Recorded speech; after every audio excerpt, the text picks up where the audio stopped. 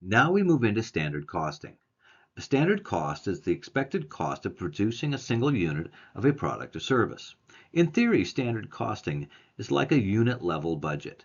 Standard costing provides a baseline for performance evaluation.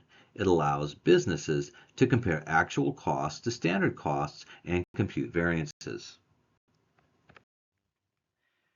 Standard costs are the expected cost of a single unit of a product or service. Again, in theory, a standard cost is a unit level of a budget. It is computed as the expected price times the expected quantity, equaling the standard cost for a particular unit. Standard costing has several advantages. It provides a baseline for performance measurement.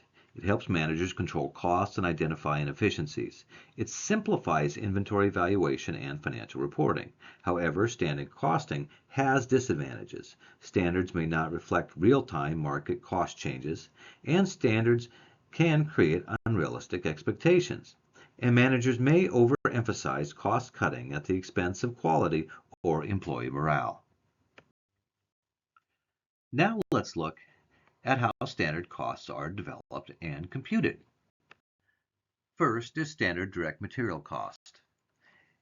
It is the direct material price per unit of material multiplied by the standard quantity of direct material per finished good produced. The standard labor cost is the standard labor rate per hour multiplied by the standard number of hours per finished good unit produced. The standard direct labor rate is the expected cost per direct labor hour when producing a unit of finished goods. Finally, standard overhead costs. Standard fixed overhead costs are costs other than direct material and direct labor that are related to production but do not change with production quantities. Standard fixed overhead costs consist of things like the salaries of a production supervisor and support staff, the depreciation cost of buildings, fixtures, and equipment, or the cost of rent.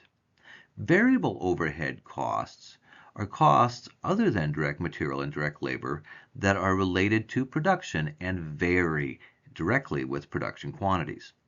Items that commonly make up standard variable overhead costs include the cost of repairs and maintenance.